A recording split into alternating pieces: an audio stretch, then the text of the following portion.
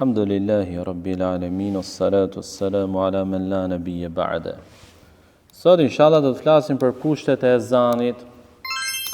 Ezani është adhurim, ka rregulla, ka kushte, ashtu si të gjitha adhurimet e tjera. Dhe qëllimi me kushte është apo janë ato rregulla pa të cilat apo qoftë edhe mundesa e njerëz për tyre e bën ezanin të pavlefshëm. Kushti i parë që ezani të jetë i saktë është hyrja e kohës së namazit. Pra nuk lejohet që ezani të thirret para kohe. Dhe para kohës së hyrjes së namazit, sepse nëse ndodh në këtë rast ky ezan është i pavlefshëm nga ana fetare, pra nuk ndërtohen mbi të rregulla fetare dhe nuk rrjedhin prej tij rregulla, gjykime apo gjendje fetare. Pra nëse ezani thirret qoftë dhe gabimisht para kohe, dhe ne e kuptojmë, kjo nuk do të thotë që lejohet dhe falja e namazit. Ja, nuk lejohet falja e namazit përderisa ky ezan u thirr para kohe. Dhe ne dim këtë gjë. Pra ky është kuptimi kur themi nuk rrjedhin prej tij rregulla apo gjendje fetare. Dhe argumentet për të së pari është ixhmai i dietarëve. Pra të gjithë dietarët musliman kanë rënë dakord se nga kushtet e saktësisë së ezanit është hyrja e kohës së namazit përkatës. Dhe gjithashtu është se fakti se ezani pse thirret. Thirret për të treguar dhe për të njoftuar hyrjen e kohës së namazit. E përderisa koha e tij nuk ka hyrë, atëherë dhe ky ezan nuk lejohet të thirret dhe është i pavlefshëm. Por bën përjashtim nga ky rregull, nga ky kusht, ezani i sabahut. Ezani i parë i sabahut. Sepse siç e dim, suneti është që sabahu ka 2 ezane. Dhe në kohën e profetit alayhi salatu wasalam u ligjësua që në sabah të ketë 2 ezane. Ezani i parë thirret para se të hyjë koha. Siç është edhe mendimi i shumicës së dietarëve. Argumenti për këtë është hadithi Abdullah ibn Umarit radiallahu ta'ala anhu, se i dërguari i Allahut sallallahu alaihi wasallam ka thënë: inna Bilalan yu'adhdhin bilaylin fakulu washrabu hatta yu'adhdhin ibn Ummi Maktum. Bilali e thret ezanin natën. Çfarë kuptimi ka natën? Para se të lindi agimi. Pra para se të hyjë koha e sabahut. Prandaj hani dhe pini derisa të thras ezanin ibn Ummi Maktum, që e thëris ezanin me hyrjen e kohës së sabahut. Ku është argumenti këtu? Argumenti këtu është se Bilali radiallahu ta'ala anhu, normalisht me orientim nga profeti alayhi salatu wasalam, e thëris ezanin natën, pra para lindjes së agimit. Dhe kjo në mënyrë që ai që ishte donte ta agjeronte, të çojë, të hante syfyr, ai që ishte falur gjatë natës të shtrihe pak derisa të thirrë ezani i dytë, me qëllim që të shplodhej. Dhe profeti alayhi salatu wasallam tha: hani e pini derisa të thras ezanin tjetri që ishte ibn Ummi Maktum.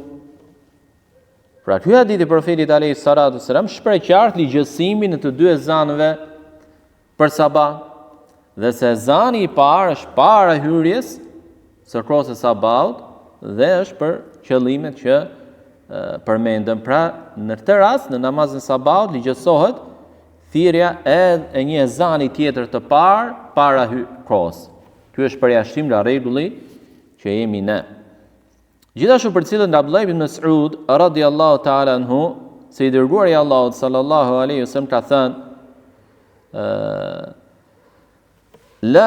askën nga ju të mos e pengoj ezani i Bilalit nga ngrënia e syfyrit, sepse ai e thërret ezanin natën, me qëllim që i zgjuari, pra ai që është zgjuar të shtrihet, ai që është zgjuar për të falur, që fali namaznate, të shtrihet, të shplodhet pak, dhe të bëhet gati,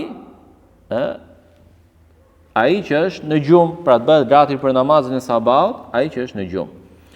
Pra edhe në këtë hadith profeti alayhis salam shpreh 2 ezane dhe thot për ezanin e parë që edhe pse nuk e thot në mënyrë të drejtë për drejtë, pra që është para hyrjes së kohës. Sepse thot ezani i Bilalit që është në mbrëmje natën, pra para se të lindë agimi, të mos e pengoj ditën nga ju nga ngrënia e syfyrit. Pra le të haj syfyr, sepse akoma s'ka hyrë sabahut. Dhe ky është ezani i parë që thirret para kohë. Cilat janë argumentet që tregojnë se nuk lejohet që ezani të thirret para hyrjes së kohës së namazit? Përveç çështjes së sabahut që trajtuam, ezanit të parë të sabahut. Argumentet është hadithi që përmendëm më parë, ku profeti alayhis salam tha, Bilali e thret ezanin natën, prandaj hani dhe pini derisa ta thëras ezanin Ibn Umi Maktum. Pra derisa ta thëras ezanin kush? Ibn Umi Maktum. Pra para derisa të hyjë koha kur e thret ezanin edhe Ibn Umi Maktum. Gjithashtu hadithi që kemi marrë në temat e mëparshme, Malik ibn al-Huairit, që thot unë me disa të tjerë që ndruam 20 ditë te profeti alayhis salam, ai bisedoi me ne, vuri re mallin që ishin për familjet tona dhe pastaj na tha ktheuni tek ata, mësojini nga ajo që mësuat dhe tha wa idha hadaratis salat falyu'adhin lakum ahadukum. Dhe kur të hyj koha e namazit, të thëras ezanin dikush nga ju. Kur të thëras ezanin dikush nga ju? Kur të hyj koha e namazit. Por gjithashtu, përjashtim nga nga ky rregull, pra që nuk lejohet thirrja e ezanit para hyrjes së kohës, bën përveç ezanit të parë të sabahut, bën përjashtim edhe ezani i parë i xumas. Edhe xumaja ka 2 ezane. Dhe që ligjësohet thirrja e 2 ezaneve në xhuma, kjo është me mendimin e shumicës e dietarëve që kanë pranuar të gjë në bazë të argumentave që vijnë, por ka dhe prej dietarëve që tregojnë ixhma, konsensus të plot, mos kundërshtim të dietarëve në lidhje me këtë çështje. Argumentet janë: argumenti i parë është hadithi Ibad ibn Sariye radhiyallahu ta'ala anhu, i cili tregon se profeti alayhis salam na mbajti neve një ligjërat, një këshill për të cilës zemrat na udhrodhën, syt na përlotën etj. Dhe në fund tregon se profeti alayhis salam tha fa aleikum bi sunnati, kapuni pas sunetit tim dhe sunetit të halifeve të udhëzuar që orientojnë në të drejtën. Kapuni pas saj, shtrëngroni pas saj, kapuni me dhëmball dhe kujdes nga shpitjet në fe, sepse çdo shpitje është bidat dhe bidati është humbje. Për ta kuptuar më mirë, argumentimi me të është argumenti i dytë, për cilët nga Saib ibn Yazid radhiyallahu ta'ala anhu thot, në kohën e profetit alayhis salam, por edhe në kohën e Abu Bekrit, por edhe në kohën e Umerit radhiyallahu ta'ala anhuma, ezani i xumas thirrej kur imami ulej në minber. Pra jepte selamin dhe ulej. Atëherë muezini thëriste ezanit. Kur në kohën e profetit alayhis salam, në kohën e Abu Bekrit dhe në kohën e Umerit. Por në kohën e udhëheqjes së Uthmanit radhiyallahu ta'ala anhu, kur ushtuan njerëzit, ushtuan edhe banesat, u zgjerua qyteti, Uthmani urdhëroi që për ditën e xumat të thirrej edhe një ezan i tretë. Cili është kuptimi me i tretë? Fut këtu edhe ikametin, sepse ndonjëherë ikameti quhet ezan për shkak të fjalëve pothuajse të njëjta që përmban me ezanin.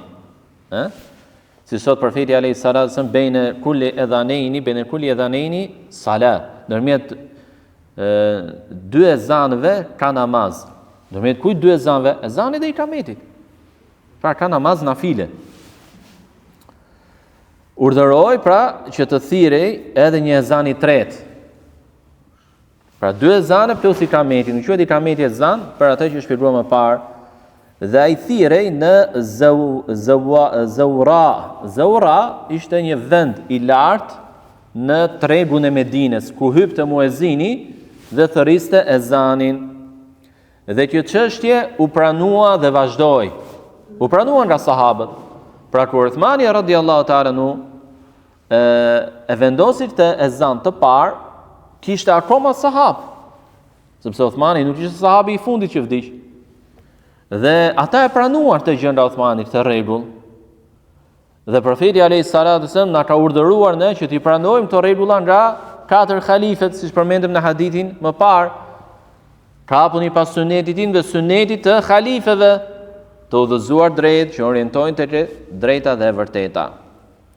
Kur e ligjësoi dhe vendosi Uthmani të ezan, kur lindi nevoja, në çmë mënyrë lindi nevoja, pra njerëzit u shtuan, qyteti u zgjerua dhe kishin nevojë që të lajmëroheshin dhe të kishin kohë që të përgatiteshin për namazin e xumas. Prandaj u ligjësua thirrja e ezanit të parë në kohën e Uthmanit dhe njerëzit përgatiteshin.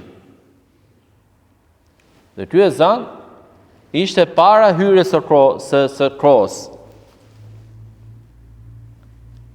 Ishte para hyrjes së kohës, pra thirrja e ezanit, lajmëroheshin njerëzit dhe kur vishin njerëzit në xhami, ishte hypte alayhis salam, ishte hyrë dhe koha, hypte imami në minber, jepte selamin dhe muezini thërriste ezanin, që më pas direkt pas tij fillonte hutbja.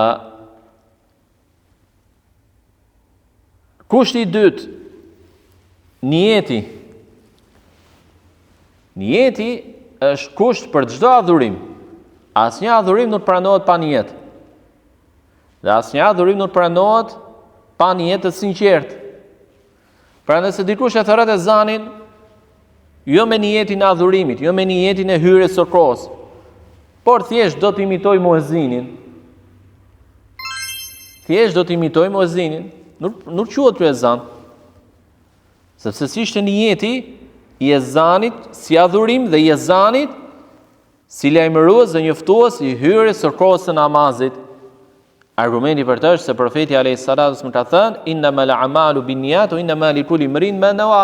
Veprat janë sipas qëllimit dhe çdo kujt i takon ajo që pati për qëllim. Kushti i tretë është renditja e fjalëve të ezanit dhe mos ndërprerja e gjatë apo dhe të mos ketë pauzë të gjatë midis tyre. Pra kemi dy çështje, renditjen dhe mos ndërprerjen e gjatë. Për sa i përket renditjes, është kusht që ezani të jetë i saktë sipas mendimit të shumicës së dietarëve. Gjë që do të thotë se nëse dikush ngatëron fjalët e ezanit, për shembull thotë Allahu Akbar 4 herë, pastaj ashhadu anna Muhammadar Rasulullah, ashhadu anna Muhammadar Rasulullah, pastaj ashhadu an la ilaha illallah, ashhadu an la ilaha illallah, pastaj hayya alal falah, pastaj hayya alas salah, pra i ngatëroj. Ky ezan nuk quhet. Pse nuk quhet? Sepse renditja është kusht. Pse është renditja kusht? Ku është argumenti? Argumenti i parë është hadithi e Abu Mahdhura, që ishte nga muezinët që caktoi profeti alayhi salatu wassalam, i cili thotë se i dërguari i Allahut sallallahu alaihi wasallam ja mësoi atij ezanin dhe tregon ezanin Allahu Akbar, Allahu Akbar. 2 herë. Kjo është një nga format e tjera të ezanit. ashhadu an la ilaha illallah, ashhadu an la ilaha illallah, ashhadu anna Muhammadar Rasulullah, ashhadu anna Muhammadar Rasulullah. Pastaj kthehet përsëri. Çfarë kthehet përsëri? Thot ashhadu an la ilaha illallah prap, ashhadu an la ilaha illallah, ashhadu anna Muhammadar Rasulullah, ashhadu anna Muhammadar Rasulullah. Hayya ala salah, hayya ala salah, hayya ala falah, hayya ala falah. Dhe në një transmetim tjetër, Allahu akbar, la ilaha illallah. Ku është argumenti në këtë hadith? Argumenti është se profeti alayhi salatu wasallam ja mësoi në këtë mënyrë, me këtë renditje, dhe gjë që tregon se me këtë renditje dhe duhet thirrur edhe ezani. Por është edhe hadithi Abdullah ibn Zeidi që kemi marrë edhe më parë, që e shën në ëndër ezanin. E ndër të tjera tregon ezanin që dëgjojnë në ëndër, dhe është ezani që e thrasim, ajo formë ezani që thërritet këtu, pra 4 herë Allahu akbar, pastaj 2 herë ashhadu an la ilaha illallah, 2 herë ashhadu anna Muhammadar Rasulullah, hayya ala salat 2 herë, hayya ala falah 2 herë, Allahu akbar në fund 2 herë, dhe në fund fare 1 herë la ilaha illallah. Pra Abdullah ibn Zeid e pa në këtë mënyrë ezanin në ëndër. Në këtë mënyrë ja tregoi profetit alayhi salatu wasalam, dhe në këtë mënyrë profeti alayhi salatu wasalam e urdhëroi që t'ia mësonte Bilalit. Dhe në këtë mënyrë Bilali e thiri. Dhe fakti që muezinët ishin korrekt në të njëjtën formë të ezanit që mësuan nga profeti alayhi salatu wasalam tregon se kjo lloj renditje nuk lejohet të prishet. Prandaj nëse ndodh gabimisht në ezan, nga të harroj muezini, vend thoshte hayya ala salata, hayya ala falah. Pastaj u kujtu, çfarë do të bëj? Kthehet ke shpreha që duhet thoshte hayya ala salah, hayya ala salah, pastaj prap hayya ala falah, hayya ala falah. Por jo ta le. Por jo ta le renditjen. Dhe thot s'po kthehem më se nga të harron njerëzit. Jo, se çon në prishjen e ezanit. Apo në vend thoshte ashhadu an la ilaha illallah, tha ashhadu anna Muhammadar Rasulullah, u kujtu. Thot ashhadu an la ilaha illallah, ashhadu an la ilaha illallah, pastaj prap 2 herë ashhadu anna Muhammadar Rasulullah, dhe ezani deri në fund. Gjithashtu, nëse lihet renditja, kjo është si një lloj formë loje me ezanin. Pra dikujt i tetet ta thrasin në këtë mënyrë, dikujt i tetet ta thrasin me renditje tjetër. Kjo çfarë përshtypje jep ti njerëzit? Mos rëndësi për ezanin, pra mund ta thrasin si dush. Ja, ezani është adhurim, ka rregullat dhe renditjen e tij. Por kështu çështje tjetër, kjo kush është mos ndërprerja. Nëse është ndërprerje e shkurtër, nuk ka problem. Për shembull, saç mund t'i duhet ka muezinit të marrë frym, apo të normalizoj frymarrjen e tij për të thirrur, për të thënë shprehjen e radhës. Këto janë ndërprerje të vogla, të shkurtra, që janë normale. Dhe argumenti për të është se Sulejman ibn Surad radiallahu anhu, kur thërriste ezanin, e urdhëron të shërbyesin e tij për diçka dhe gjatë thirrjes së ezanit, për shembull, thoshte 4 herë Allahu akbar, dhe para se thoshte ashhadu an la ilaha illallah, i thoshte për shembull shkon me atë ajo. Dhe pastaj vazhdonte shprehjen e radhës të ezanit. Pra këto janë ndërprerje të shkurtra. Apo siç mund t'i thuash dikujt në xhami, e ke aty ka rritjen, merre ulu. Këto janë pauza të padëmshme, tepër të shkurtra. Prandaj nuk ka ndonjë problem. Gjithashtu argument që fakt që përmendin dietarët se lejohet pauza e shkurtër ndërmjet shprehjeve të ezanit, pra ndërprerja e shkurtër, është se ashtu siç i lejohet khatibit, pra atij që mban hutbe ditën e xumë, që gjatë hutbes të thot diçka që nuk ka lidhje me hutben, dhe kjo është ndërprerje e hutbes, atëherë dhe muezini është më primar për diçka të tillë. Për shembull në hutbe, pa ditën që po merret me celularin. Xhamati i nderuar, dëgjimi i hutbes është vajxhib, prandaj mbyllini celularët. Apo pa diçka që ka nevojë të flasë, siç bëri profeti alayhis salatu selam që duke mbajt hutben, erdhi dikush në xhami, ul, i tha, "Qum fa salli rak'atayn", çau dhe fali 2 rekat. Prandaj për hutben, atëherë diçka ti lejohet për ezanin, ndërsa e gjata, ajo që është e gjatë, nuk lejohet dhe çon në prishjen e ezanit, gjë që do thotë se duhet ta filloj ezanin nga e para. Për shembull filloi muezini Allahu akbar Allahu akbar Allahu akbar Allahu akbar. Op telefoni. Moj filloi të flasim me atë në telefon, ha si janë te mirë. Ose doli për jashtë, ngjoi zhurmë për shembull, doli për jashtë. O pasardhti, si kalon, mirë, nga shtëpia, në te, pyesin janë i tjetrin gjatë gjën, pastaj thehet hyn xhamime. Kjo është ndërprerje totale e ezanit. Nuk janë nga ato ndërprerjet normale të shkurtra që nuk ka problem. Ja, kjo do të thonë dietarët që nëse ndodh, ezani duhet të rifillojë nga e para. Kushti i katërt për saktësinë e ezanit është që të jetë në gjuhën arabe. Sipas mendimit të shumicës së dietarëve, ky është mendimi i saktë. Pra nuk lejohet që ezani të thirret shqip apo në ndonjë gjuhë tjetër. Allahu është më i madhi, Allahu është më i madhi e tjerë. Nuk lejohet. Në çfarëdo gjuhë tjetër përveç gjuhës arabe. Gjë që do të thotë se nëse thirret në këtë gjuhë tjetër përveç gjuhës arabe, ai ezan nuk është i saktë.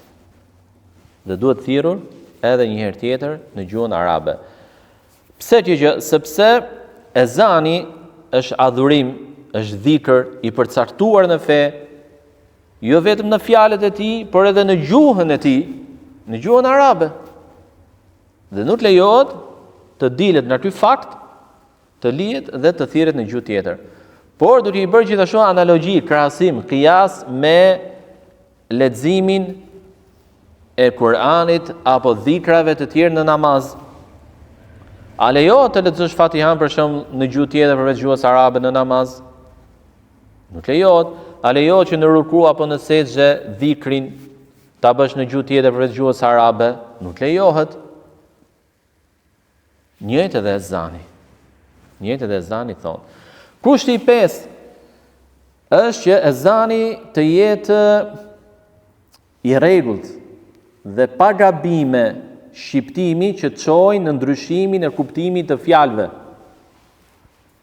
Gjë që do të thotë se ai që merr përsipër ezanin duhet ta mësojë mirë dhe të jetë i kujdesshëm në ruajtjen e shqiptimit saktë arabisht të fjalëve të ezanit. Për shembull, nuk duhet të thotë Allahu Akbar me g, sepse kjo merr kuptim tjetër. Dhe as nuk duhet të thotë Allahu Akbar ta zgjasit, sepse merr kuptim tjetër. Merr kuptim tjetër. Ashhadu anna Muhammadar Rasulullah. Rasulullah, jo Rasulullah, sepse merr kuptim tjetër. Kjo nga ato gabime që çojnë në ndryshim të kuptimit të fjalëve, ama pastaj përsosmëria në shqiptim, kjo ndryshon nga një njeri te tjetri. Pra dikush e shqipton apo e thot në mënyrë më të përsosur në gjuhën arabe shprehjen e ezanit, dikush brenda kufive që pranohet, kjo ndryshon pastaj nga një njeri te tjetri, por nuk e cënon saktësinë e ezanit. Ama ato gabime në shqiptim që çojnë në ndryshim të kuptimit të fjalëve, tu duhet të ketë kujdes çdo muezin. Dhe argumenti për të është analogjia që i bëhet me këndimin e Kuranit në namaz. Nuk lejohet që në këndimi i Kuranit, sidomos i surës Fatiha, të ketë gabime të tilla që çojnë në ndryshimin e kuptimit të fjalëve.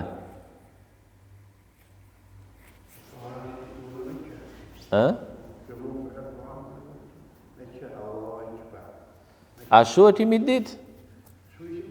Pa, shuhet jemi ditë. Tani që e dim, kemi duhet tamam. Tani që e dim, duhet tamam. Po, e di. Kushti i 6, e disa xhamia periferike apo në përfshatra e bëjnë akoma, nuk duhet, sepse në gjuhën arabe nuk ekziston një shkronjë e tillë, qja. Dhe profeti alayhis salatu wasallam kur ja mësoi ezanin sahabëve të tij dhe kur ata thërrisin në prezencë të tij, nuk e bënin kënd që. Dhe nuk është e vështirë të shqiptohet Allahu Akbar me kë. Kushti i 6, ezani të thirret nga një njeri. Pra, për shembull, jo gjysmën njëri dhe gjysmën tjetri. Këtu mund bëjnë parashim rastet kur gjatë thirrjes së ezanit muezini ndjehet keq. I ran të fit për shembull, ose unë ndjej keq, nuk mundet. Atëherë ndoshta mund ta vazhdoj tjetri. Ose në një rast të tillë, tjetri nis nga e para. Pse? Sepse nëse veprohet diçka e tillë, atëherë ai që e nisi aty ku e la i pari, nuk e ka plotësuar ezanin e tij. Por ka thënë vetëm gjysmën. Por kështu, siç e bëjnë disa që dy muezin thrasin njëkohësisht të njëjtin ezan. Thot të dy herë të biret e parë njëri, Allahu Akbar, pastaj tjetri, Allahu Akbar, po në të njëjtin xhami, në të njëjtin mikrofon. Dhe te mendojnë se që dali ezani bukur. Jo, vlezër, jo. Ne e thamë dhe më parë, ezani është adhurim. Dhe përderisa është adhurim dhe ka rregulla të përcaktuar, nuk lejohet të devijosh nga ato rregulla. Profeti alayhis salatu wasallam kishte disa muezin, kishte plot sahabë rreth vetes.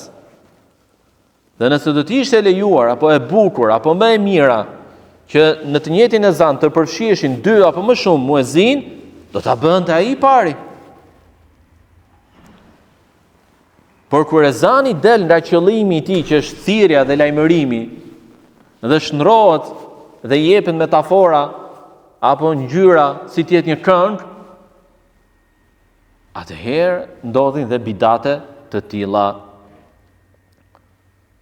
Dhe kjo është e pranuar edhe nga vetë dietarët, nga të gjithë nga të 4 medhhebet, që nuk lejohet diçka e tillë, nga të 4 medhhebet.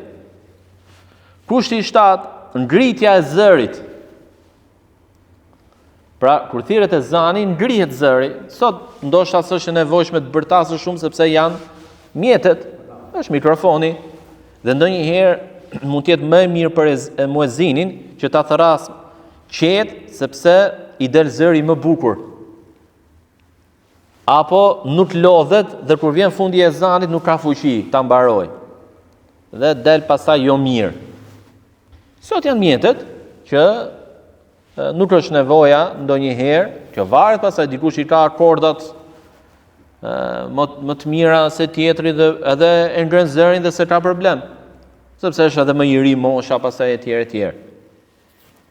Por rëndësishme është që nëse je pa mikrofon për shembull, ngrihet zëri, por edhe nëse je me mikrofon, ngrihet zëri në atë mënyrë që të përhapet ai sa ç'është normale.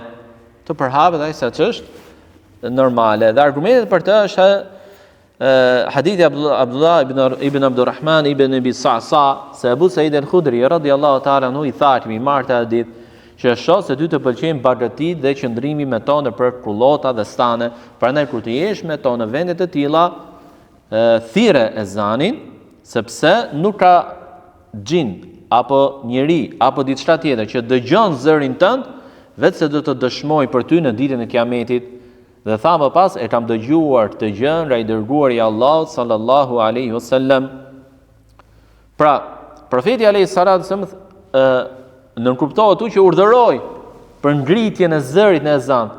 Pse? Që ta dëgjojnë sa më shumë dhe të dëshmojnë sa më shumë për ty në ditën e Kiametit. Por gjithashtu, fakt tjetër është se pse u ligjësua ezani, që të lajmërohen njerëzit. Atëherë njerëzit nëse ezani thirret ulët sa nuk dëgjohet vetë se te robori i xhamisë për shembull, atëherë nuk është arritur qëllimi i ezanit. Ky pra është edhe kushti i fundit, i 7 nga kushtet që janë detyrim për të qenë ezani i saktë. Mësimin e ardhshëm inshallah do të marrim kushtet e muezinit. Kushtet e muezinit. Elusme Allahun azza wa jall na japi diturinë e fenë e tij, na ruaj nga gabimet dhe të na ruaj që të themi për fenë e tij diçka nga pa dituria jon. Wa subhanakallahumma bihamdik ashhadu an la ilaha illa anta astaghfiruka wa atubu ilayk.